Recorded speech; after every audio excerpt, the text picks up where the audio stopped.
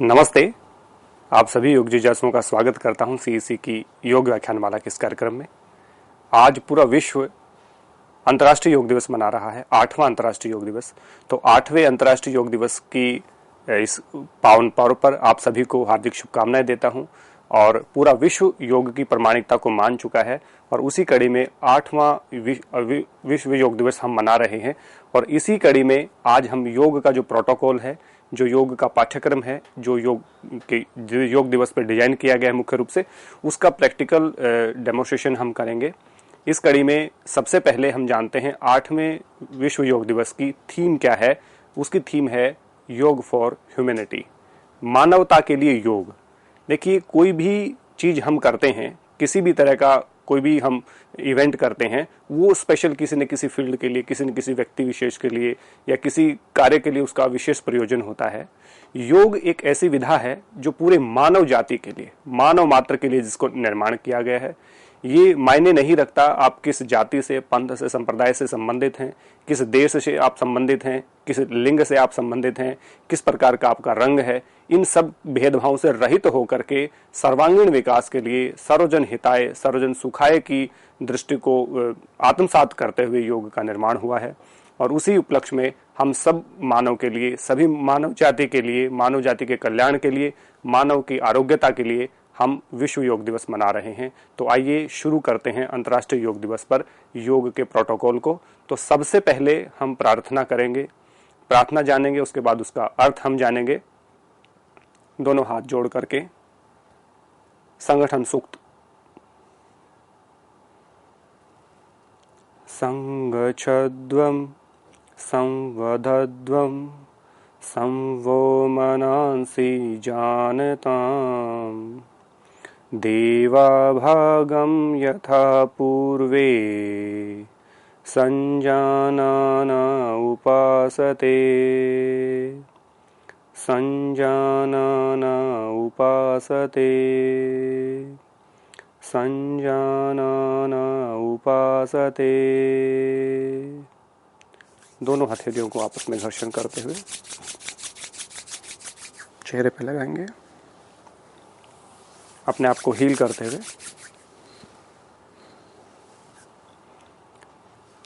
योग दिवस पे इसी प्रार्थना का चयन क्यों किया गया, इसी संगठन सूक्त का प्रयोग क्यों किया गया, ये हमें क्या सिखाती है, इसके पहले शब्द के ऊपर जाते हैं।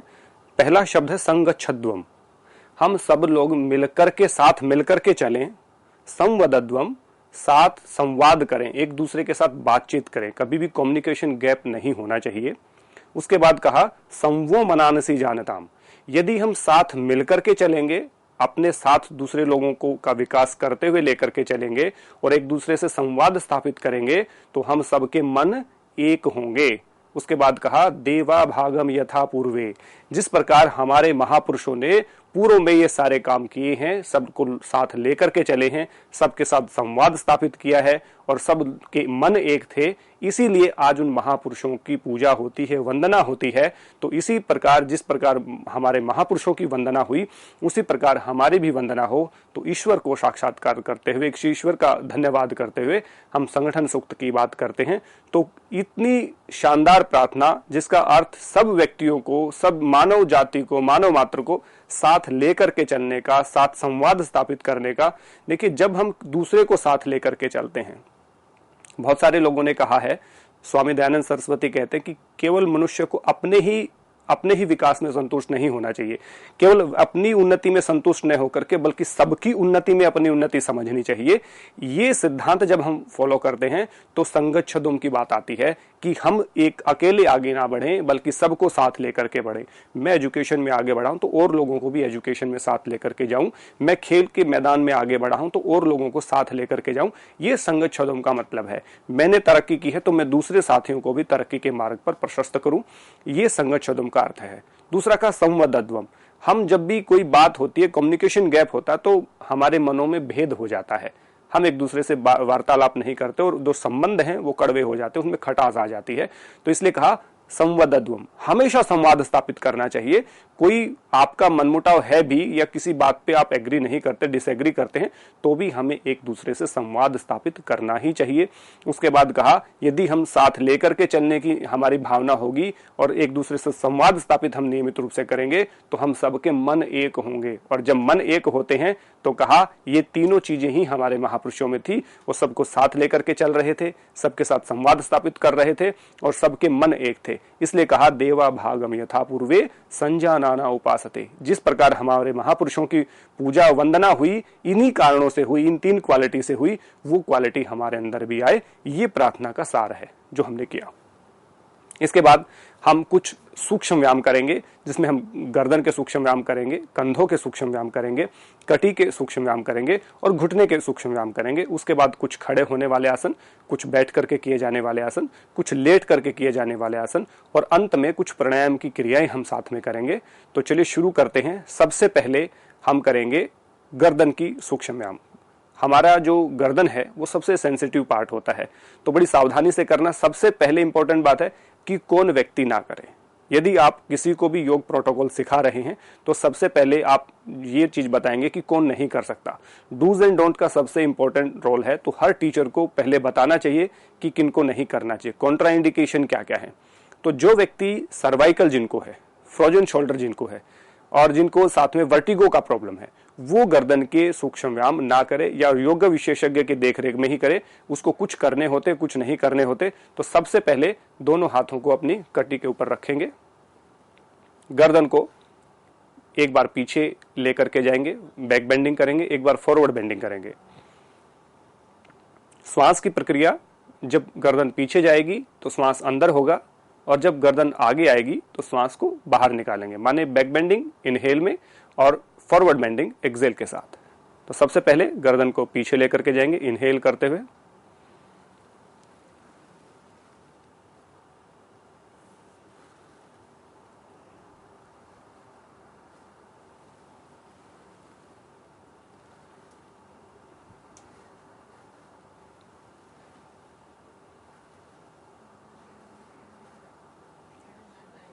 प्रत्येक क्रिया का कम से कम 3-3 अभ्यास हम जरूर करेंगे, मैक्सिमम 5 अभ्यास भी आप कर सकते हैं। इसके बाद left to right, right to left, वही श्वास को निकालते हुए जाएंगे लेफ्ट साइड,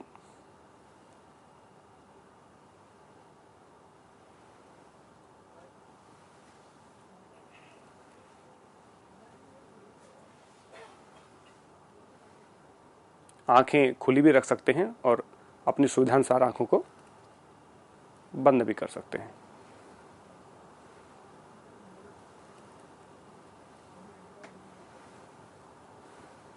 अब गर्दन को ट्विस्ट करेंगे, ट्विस्ट करते हुए भी श्वास को बाहर निकाल करके पहले लेफ्ट साइड फिर राइट साइड।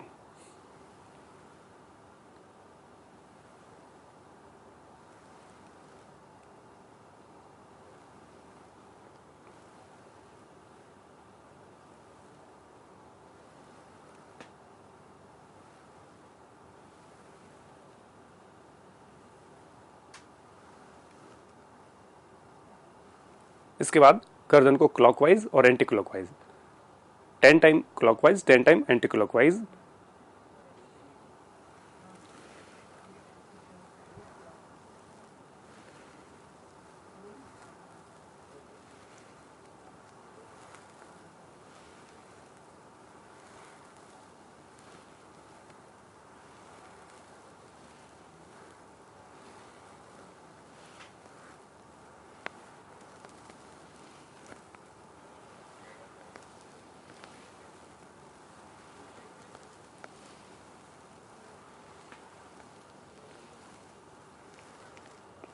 एंटी क्लॉकवाइज,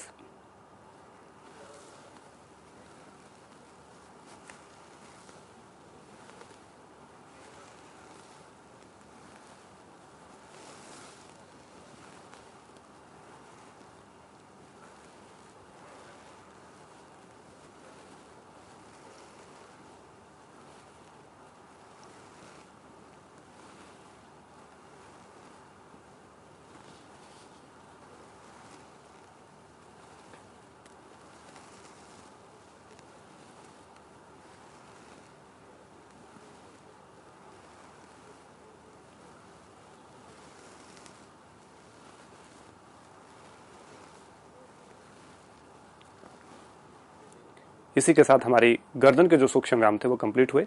इसके बाद हम कंधों के सूक्ष्म व्यायाम करेंगे, जिसको हम स्कंद संचालन भी कहते हैं। तो स्कंद संचालन के लिए पहले एक अभ्यास आप दोनों हाथों को साइड में ले जा करके और फिर दोनों हाथों को ऊपर ताड़ासन की जो स्थिति में हम लेकर के जाते हैं, तो दोनों हथेलियां एक दूसरे के सामने रहेंगी।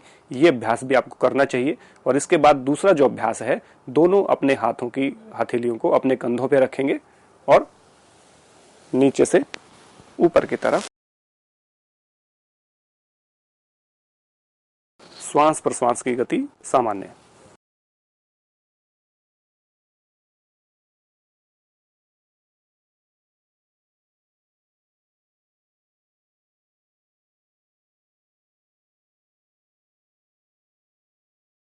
क्लॉकवाइज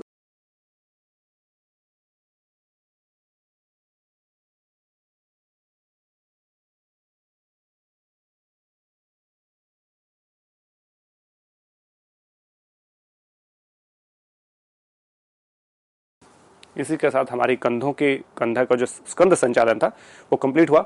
अभी हम करेंगे कटी संचालन। कटी संचालन के लिए पहले अपने दोनों हाथों को सामने करेंगे, दोनों हथेलियां एक दूसरे के सामने हों। कमर दर्द के लिए, रोगों के लिए बहुत अच्छा है। सर्वाइकल के लिए, फ्रोजन शोल्डर के लिए बहुत इंपॉर्टेंट अभ्यास है। श्वास को निकालते हुए लेफ्ट साइड जाएंगे,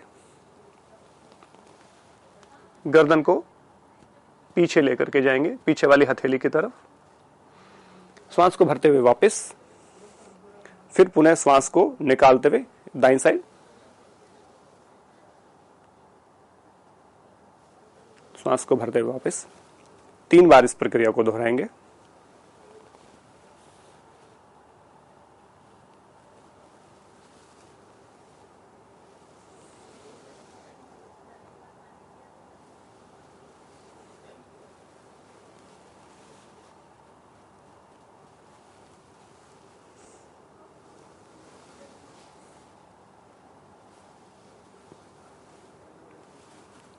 इसके बाद हम घुटने का संचालन करेंगे।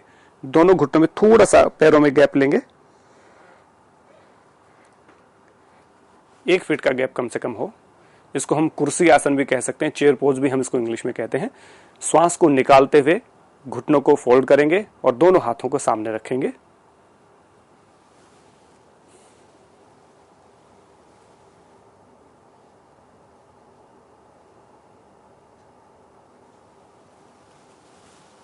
श्वास को भरते हुए ऊपर 3 बार इसका अभ्यास करेंगे।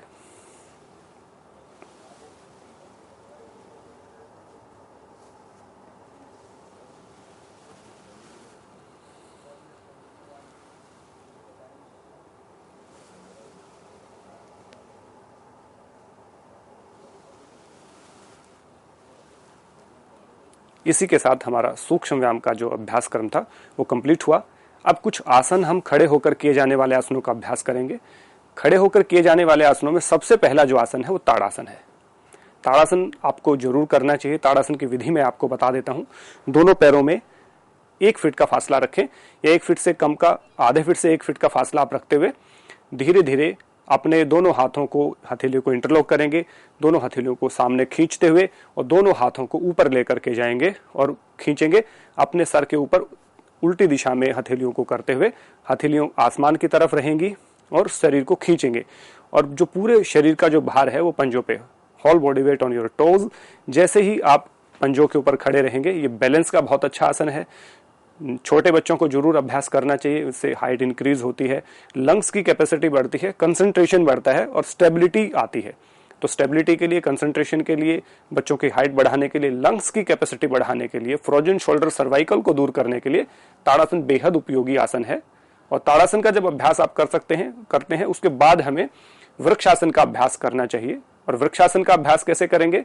दोनों पैरों में सेम गैप लेकर के चलेंगे, बाएं पैर को उठा करके दाईं जंघा पर आप लगाएंगे और धीरे धीरे दोनों हाथों को ऊपर उठाएंगे और दोनों हाथों को ऊपर नमस्कार मुद्रा में आप करेंगे। तो और सामने, दृष्टि सामने रहेगी। जिस प्रकार वृक्ष खड़ा रहता है, स्थिर होकर के खड़ा रहना है। इससे सबसे इंपॉर्टेंट बात है कि जो स्टेबिलिटी है, जो एक बैलेंस बनाने की बात होती है, बॉडी में बैलेंस आता है, बॉडी के साथ साथ माइंड में भी बैलेंस आता है। तो वृक्षासन बहुत उपयोगी है। एक पैर से करने के बाद दूसरे पैर से भी हमें वृक्षासन का अभ्यास करना चाहिए। और वृक्षासन लंबाई भी बढ़ाता है, स्टेबिलिटी भी लेकर के आता है, कंसंट्रेशन भी लेकर के आता है और स्ट्रेंथ भी आपको प्रदान करता है। इसलिए जिस प्रकार से ताड़ासन के लाभ हैं उसी प्रकार वृक्षासन के भी लाभ हमने बताए।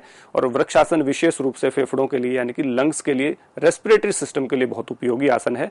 दोनों आसन आपको मजबूती देते हैं, आपकी काफ मसल को भी ज्यादा से ज्यादा स्ट्रेंथ इन दोनों आसनों में मिलती है। इसके बाद तीसरा जो आसन हम करेंगे, तीसरा हम करेंगे पादहस्त आसन।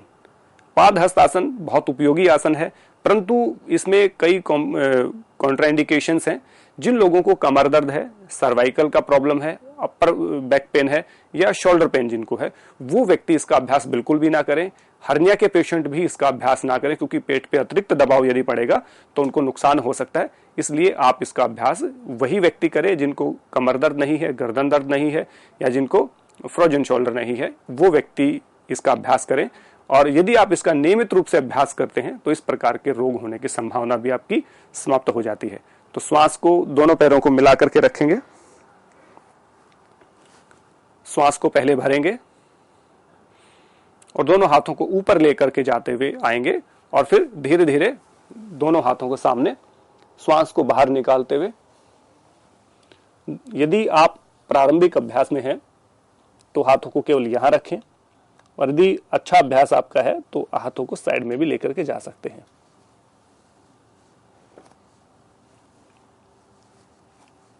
ये इसका प्रथम अभ्यास।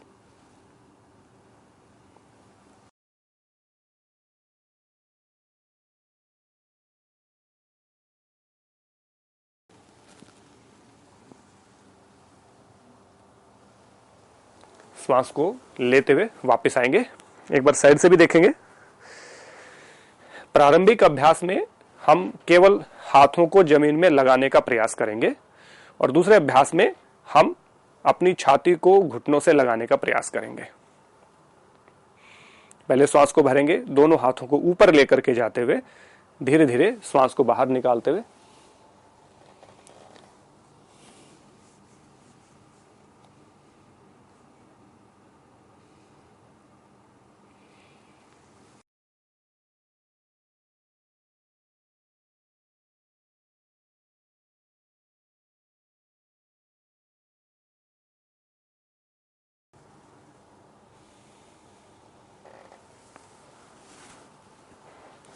आसन में जिस प्रकार से हम जाते हैं धीरे धीरे, उसी प्रकार से हमें वापस आना चाहिए। कभी भी जर्क नहीं होनी चाहिए, एक रिदम, एक फ्लो होना चाहिए। तो जैसे मैं आसन से वापस आ रहा था तो मैंने कुछ देर होल्ड किया। यदि एकदम से सीधा उठते हैं तो आपको चक्कर आ सकते हैं, आपको एकदम से वीकनेस फील हो सकती है। तो इस प्रकार के जो पिट फॉल्स होते हैं वो नहीं हमें करने हैं। ये कॉमन मिस्टेक्स हैं जिनको हमें अवॉइड करना है। ये हमारा पाद हस्तासन था। इसके बाद चूंकि फॉरवर्ड बेंडिंग है तो अभी बैक बेंडिंग का आसन हम करेंगे। बैक बेंडिंग में हम अर्ध चंद्रासन का अभ्यास करेंगे। बहुत ही सरल अभ्यास है, आपके लंग्स की कैपेसिटी को बढ़ाएगा, आपकी कमर की फ्लेक्सिबिलिटी को बढ़ाएगा, आपके अंदर ऊर्जा देगा, आपके लंग्स की कैपेसिटी को बढ़ा करके साथ साथ में आपके वक्षस्थल को का विकास भी ये आसन करता है।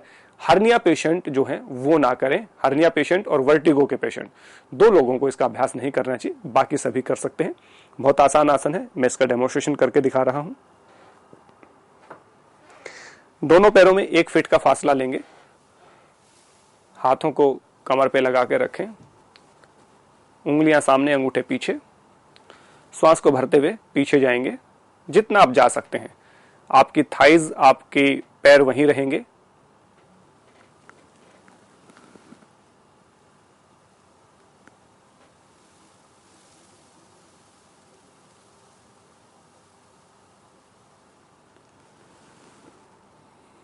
श्वास को पुनः लेते हुए वापस 3 बार अभ्यास करेंगे।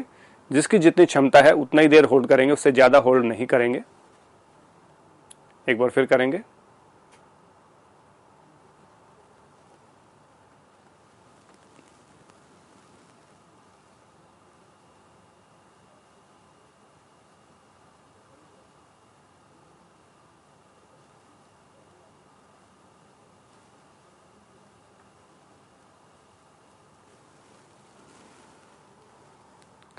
वापस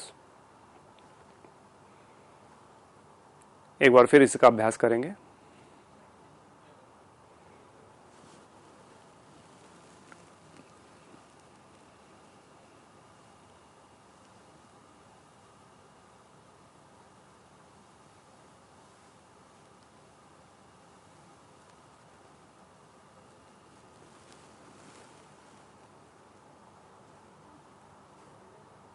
धीरे धीरे वापस आएंगे। इसमें हमें विशेष रूप से जो बात ध्यान रखनी है वो हमें अपनी थाइज को कभी भी आगे नहीं निकालना है। बैक बेंडिंग और फॉरवर्ड बेंडिंग का जो रूल होता है वो कमर को बेंड करने से होता है। बहुत सारे लोग इसमें जो कॉमन मिस्टेक है वो जो करते हैं अपनी थाइज को आगे निकालने की कोशिश करते हैं। ये हमें कभी नहीं करना है। ऐसा करेंगे तो सही मायने में बैक बेंडिंग नहीं होगी, इसलिए हमें केवल कमर को बेंड करना है। थाइज को कभी भी बेंड हम नहीं करेंगे। ये इसका कॉमन मिस्टेक है जो अमूमन सभी लोग करते हैं, ये हमें नहीं करना है। इसका विशेष रूप से ध्यान रखना है। एक पिटफॉल्स मैं आपको बता देता हूं कि जो व्यक्ति श्वास भर के पीछे चले जाते हैं और कई बार श्वास को रोके रखते हैं, रोके रखेंगे तो आपको चक्कर आ सकता है, एकदम से आप गिर सकते हैं। तो इसलिए जब भी मैं कह रहा हूं कि आसन में श्वास को छोड़ करके जाएं या ले करके जाएं, जैसे रूल है कि आप फॉरवर्ड बेंडिंग करेंगे तो एक्सेल करके जाएंगे, बैक बेंडिंग करेंगे तो इनहेल करेंगे, साइड बेंडिंग करेंगे, साइड ट्विस्टिंग करेंगे तो एक्सेल करके जाएंगे। एक्सेल करके जाना है, उसके बाद श्वास को कंटिन्यू रखना है। यदि आप बैक बेंडिंग में श्वास को लेकर के जा रहे हैं तो श्वास आसन की स्थिति में जैसे ही आप पहुंच जाते हैं उसके बाद श्वास को धीरे धीरे कंटिन्यू में लेना होता है, छोड़ना होता है। ये हमें विशेष रूप से ध्यान रखना है। कभी भी श्वास को रोके रखें अंदर या बाहर, ऐसा नहीं करना है। ऐसे सिचुएशन में आप आसन को ज्यादा समय तक नहीं कर पाएंगे और आपके गिरने का खतरा रहेगा और मसल जो है आपकी टाइट हो जाएंगे। तो श्वास प्रश्वास की गति कैसी रहे, आपका प्राण जो है, जो श्वास है वो लंबा, गहरा और सूक्ष्म होना चाहिए। Your breathe should be long, deep and slow. ये मैंडेटरी है। जैसे ही आप लंबा, गहरा और सूक्ष्म श्वास लेना शुरू करते हैं वैसे वैसे आपकी आसन में सिद्धि हो जाती है। कहा ना, प्रयतन शिथिलम अनंत समापत्तिभ्याम। जब सभी प्रयत्न को शिथिल कर देते हैं और ध्यान अपने अनंत परमात्मा में लगा देते हैं तो वो अनंत परमात्मा आपके आसन को सिद्धि प्रदान करता है। तो जब हलचल जितनी भी हो रही है उन सब हलचल को दूर करके अपने श्वास पे ध्यान केंद्रित करके अपने श्वास को लंबा, गहरा और हल्का बनाते हुए हमें आसन का अभ्यास करना है। और जैसे ही फिर उसके बाद हम वापस आ रहे हैं आसन से तो उसको हमने धीरे धीरे श्वास को लेकर के जा रहे हैं तो छोड़ के, लेकर के जा रहे हैं तो छोड़ते हुए हम वापस आएंगे, छोड़ के जा रहे हैं तो लेते हुए हम वापस आएंगे। खड़े होकर किए जाने वाले आसनों का जो अंतिम अभ्यास है वो है त्रिकोण आसन। उसका अभ्यास को भी हम करके दिखा दे। पहले सामान्यतः आप अपने पैरों में कम से कम 3 फीट का फासला आप लेंगे। एक पैर का पंजा आपका सीधा रहे, तो जिस साइड आपको बेंड होना है वो आपका सीधा रहे। 2.5 से 3 फीट का फासला हो और धीरे धीरे जो बायां पैर आपने आगे किया है धीरे धीरे बाएं हाथ को साथ में घर्षण करते हुए लेकर के जाएं और कोशिश करें इस हथेली को नीचे टिकाने की। यदि नहीं टिक रही तो आप ऐसे भी हाथ को कर सकते हैं, लेकिन प्रयास करें अपने हाथ की हथेली को नीचे रखने की। और दूसरे हाथ को धीरे धीरे ऊपर उठाएंगे, दोनों कंधे एक सीध में, और ऊपर वाली हथेली की तरफ देखेंगे। अब श्वास प्रश्वास की गति सामान्य, डीप, स्लो।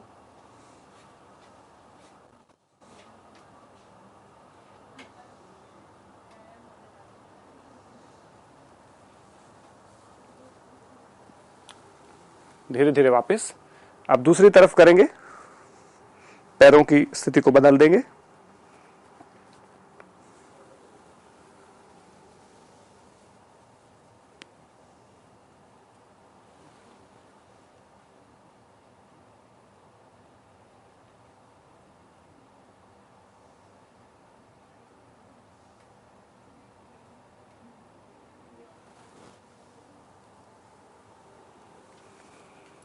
फिर से सामान्य स्थिति में। ये हमने किया त्रिकोण आसन। त्रिकोण आसन से जो साइड का फैट होता है वो हमारा कम होता है। हमारी जो काफ मसल है और हैमस्ट्रिंग मसल है वो स्ट्रेच होती है, उनमें फ्लेक्सिबिलिटी आती है। तो जो अकड़न होती है, शरीर में जकड़न होती है, वो दूर होती है। पैरों का स्ट्रेंथ होता है, साइड के फैट के ऊपर काम करता है, मसल्स को, आपके कंधों का frozen shoulder, cervical, back pain, इन सबको दूर करता है आपका त्रिकोणासन। और त्रिकोणासन वैसे भी इंपॉर्टेंट है क्योंकि हम फॉरवर्ड बेंडिंग, बैक बेंडिंग के आसनों का अभ्यास करते हैं, लेकिन साइड बेंडिंग या साइड ट्विस्टिंग का अभ्यास नहीं करते। तो इस साइड बेंडिंग का आसन था त्रिकोण आसन, बहुत ही अच्छा आसन। इस आसन का अभ्यास अभ्यास सभी व्यक्ति कर सकते हैं और बच्चों को विशेष रूप से करना चाहिए। जिनके शरीर में फैट ज़्यादा है उनको भी इसका अभ्यास करना चाहिए।